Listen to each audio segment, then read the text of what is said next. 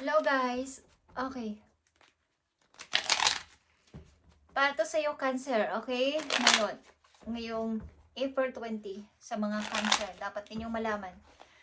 Sa mga Cancer ito na sign, dapat ninyong malaman today. O simula sa araw na to guys.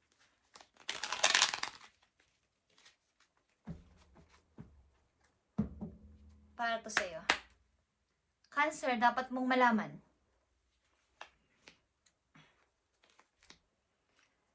April 20, simula sa araw na to guys. Kung ikaw ay Cancer, andito ang the Star or Temperance. Ito ay Sagittarius energy. Paghihiling sa sarili. Pagpifix. Okay? Pag-uumpisang muli. Dahil alam mong may pag-asa pa. May pag-asa pa na tuparin pa yung mga pangarap mo. May pag-asa pang may mabago sa buhay mo. Okay, Cancer? Dapat mong malaman ito na ikaw ay maaring kayo ay lalayo, guys, at tutungo sa isang mapayapang lugar with him or with her. Kasama ang inyong anak, guys. Ito ay titingnan natin kung bagong tao sa buhay mo or yung kasalukuyan nyo ng karelasyon. Okay. Maybe may iniwasan kayo na mga magugulo sa paligid na involved sa buhay ninyo at gusto nyo lumayo muna. Gusto nyo magpakalayo-layo. Cancer. Okay.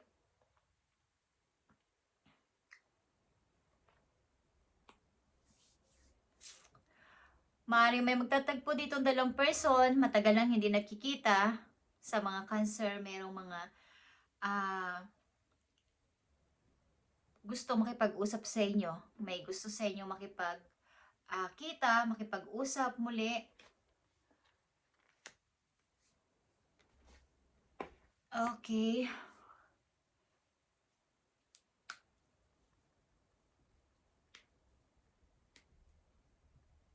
Dito ang Emperor, dito ang Six of Wands. Maaaring kayo ay lumaya sa isang relasyon na mayroong control issue. Guys, at pinili ninyong lumayo. Pinili ninyong hanapin ng isang mapayapang lugar at mag-umpisa muli. Mayroon kayong tinapos dito na relasyon, guys, na alam niyo na parang ang tagal ko na nagtiis dito. Kaysa itong nagmamanipulate ng inyong lahat ng ginagawa. Lahat ng inyong desisyon, maring ang tao na to ang nasusunod. At gusto nyo mag-start ulit, meron kayo ditong aalisan. Okay, meron kayo ditong medyo may mga tutol sa pag-alis nyo rito, but may mga ilan-ilan din naman na kayo isusuportahan na ipagpatuloy nyo ang inyong naisipan. At maling isa itong ama ng tahanan. Hindi ko alam kung kayo ay babaeng Cancer na nandito, but meron kayong lalayuan na tao sapagkat hindi na to nararapat. Ang gulo ng paligid. Okay, gusto nyo mag-start ulit. At sa susunod na pag-start niyo, gusto nyo yung mapayapang lugar at gusto niyo yung tahimik. Tahimik at mapayapang lugar. Maybe malayo ito sa kinagisnan ninyong lugar, guys. At ipilitin yung may fix lahat. Yung mga pangarap nyo dating hindi nyo natupad is gusto nyo ulit na tuparin. At may pag-asa pa. Kaya humingi kayo ng pag-asa. Bagamat ito imposible is alam ninyong may pag-asa. Basta humingi lang ng tulong kay God. Okay. Para to sa iyo, Cancer. Andito ang no heavy energy, black, way down by worry. So kayo ay maraming mga tao ang kumukuha na inyong energy, kaya kayo ay parang down na down palagi. At nabablock ang inyong isip dahil sa mga worry, sa mga alalahanin sa paligid. Guys. Okay, flip your spirit, easy to do, light work. Maring napakarami ng inyong alalahanin at mga ginagawa sa buhay at marami kayong mga responsibilidad sa paligid. So, maaaring ito ay dapat ninyong bawasan at kaya nga gusto nyo ng mapayapa at tahimik na lugar is gusto nyo mabawasan itong bigat na inyong dinadala. Maaaring may mga tao din naman na sumusuporta sa inyo sa kalayaan na to na inyong gusto.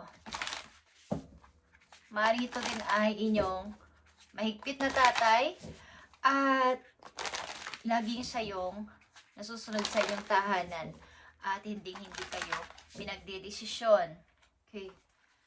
Maaaring ang ilan sa inyo is lalayo sa inyong tahanan at hindi nyo kasundo ang inyong father. Ilan sa inyo ay may nagmamanipulate na asawa, guys, at gusto nyong magkaroon ng kalayaan mula dito. Okay. Cancer, tingnan natin ang message for you. Para to sa Cancer. So, andito ang homeward. Okay, kayo nga ay isang butihing ina o butihing may bahay. Okay, housewife. At mahal nyo ang inyong tahanan, mahal nyo ang bahay nyo, mahal nyo ang inyong, kumbaga, kahit na mayroon kayong free time, gusto nyo andun lang sa bahay at nagpapahinga or nagre-relax or marami kayo inaasikaso. Kesa lumabas at makipag-meet sa mga kaibigan or what is gusto nyo yung sa bahay lang. Take yourself out on a date, okay? Lumabas-labas kayo at i-date nyo ang sarili nyo kahit sarili nyo lang, kahit wala naman kayong ka-date. Basta kayo, lumabas kayo at magtingin-tingin sa labas, mag-walking-walking. Maaaring mahilig kayo sa nature, sa dagat, or mahilig talaga kayo sa mapayapang place. Okay, doon kayo nagkakaroon ng kapahingahan sa mga Cancer na nandito. At maaaring kayo nga ay lalayo sa, di ko alam kung ama ng inyong anak. Maaaring nasa tiyan nyo pa lang ang inyong dinadala is hindi na maganda ang pakikitungo sa inyo ng tao na to. Okay, swim away from this situation, guys. Nasa inyo is malapit sa dagat ang bahay. Nasa inyo ay mahilig sa dagat or sa may mga puno. Okay, sa payapang lugar. Cancer, tingnan natin ang message pa po yun. So, kayo ay unti-unting gusto nyong baguhin ulit ang takbo na inyong buhay. Okay, andito ang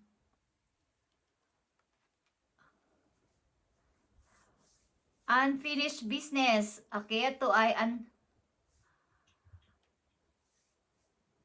para itong hindi pa tapos na relasyon. At maaaring may magbabalik na tao sa buhay ninyo, guys.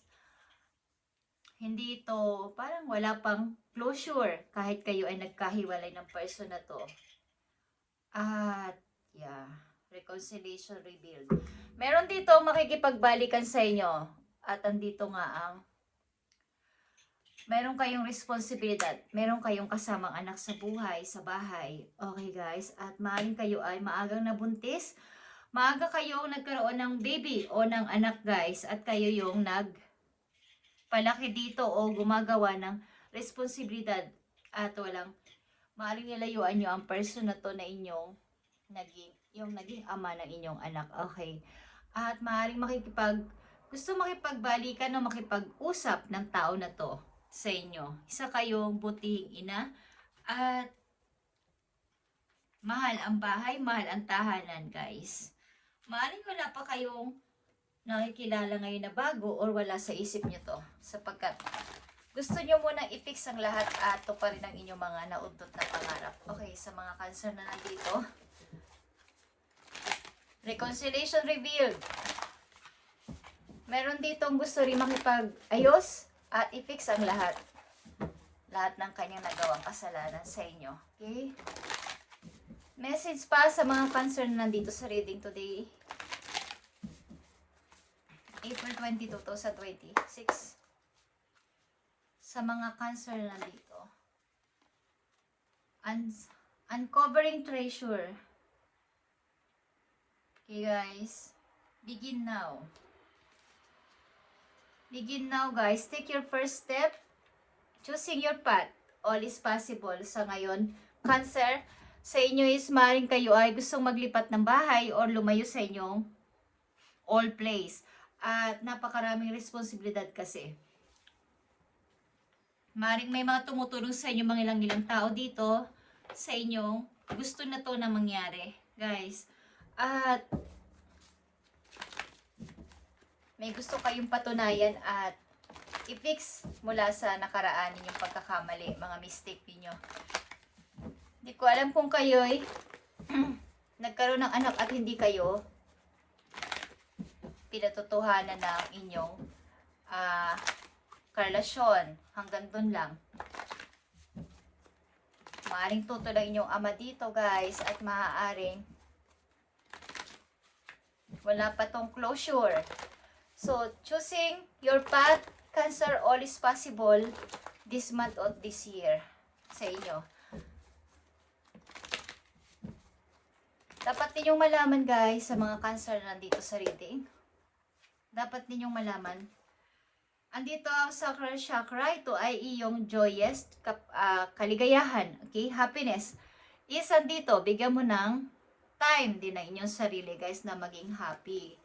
At intuition is here. Ito ay number 2 again. Makinig sa sarili. At andito ang passion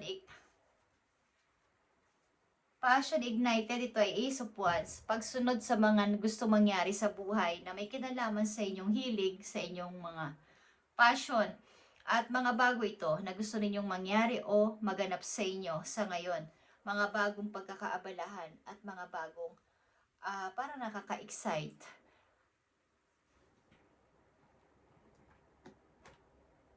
Maaring kayo matiising person. Okay? Matiisin sa lahat na nangyari na to sa inyo is wala kayong reklamo. Pagkakamali ko to, kailangan ko tong itama o i-fix pagdating ng panahon. Gusto ko makabawi. Okay? Kahit man lang sa anak kong kasama sa ngayon. Hey guys. Tingnan natin to. Ang payo sa inyo, guys. Kayo ay magre-relocate. Ilan sa inyo, Cancer, na nandito sa reading? Lilipat ng place, lilipat ng titirahan, guys. Ibig ko sabihin para sa bagong buhay kasama ang inyong anak.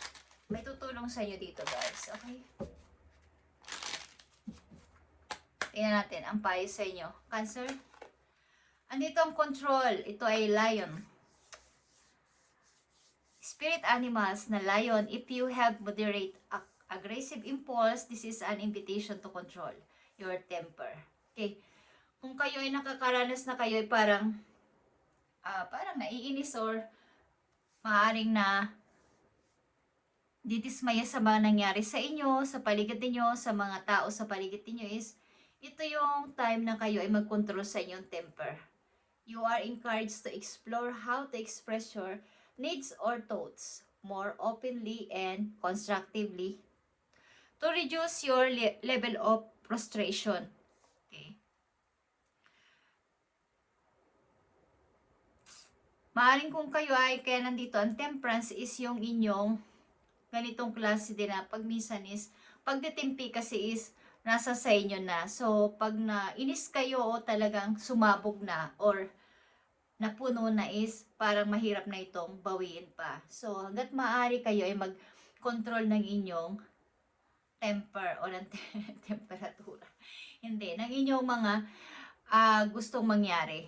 Bagay kung kayo galit or kayo ay gusto nang sumabog sa galit or sa inis sa mga taong ito o sa sitwasyon na to is ito yung time na pag-aralan yung mabuti at ibalanse ang sitwasyon bago kayo magsalita at gumawa ng ikakapahamak ninyo, guys. Okay? Yung pag-control sa inyong temper. Maaring kayo ay dealing sa Leo or sa Scorpio. Aries is here. At ini-invite ka dito ng inyong mga guides na ikaw ay, kumbaga ito'y about sa pagbabago. But you are being warned that this transformation may be radical. Get rid of everything in your current life that is prevent of your improving based on this principle. Destroy before rebuilding, guys. You are promised a beautiful, beneficial rebirth. Okay? Pag re-revert ito sa sarili, something pag babago. Gusto mong itama ang mga nagawa mong mali sa inyong past. Ito man ay taon na. Sapagkat merong ilan sa inyo dito na hindi maaring na maaga nag-asawa, maagang nagkaanak at maraming na paligtas, maraming naligtas na mga opportunity, mga gusto pa mangyari is naging batang ina kayo, okay?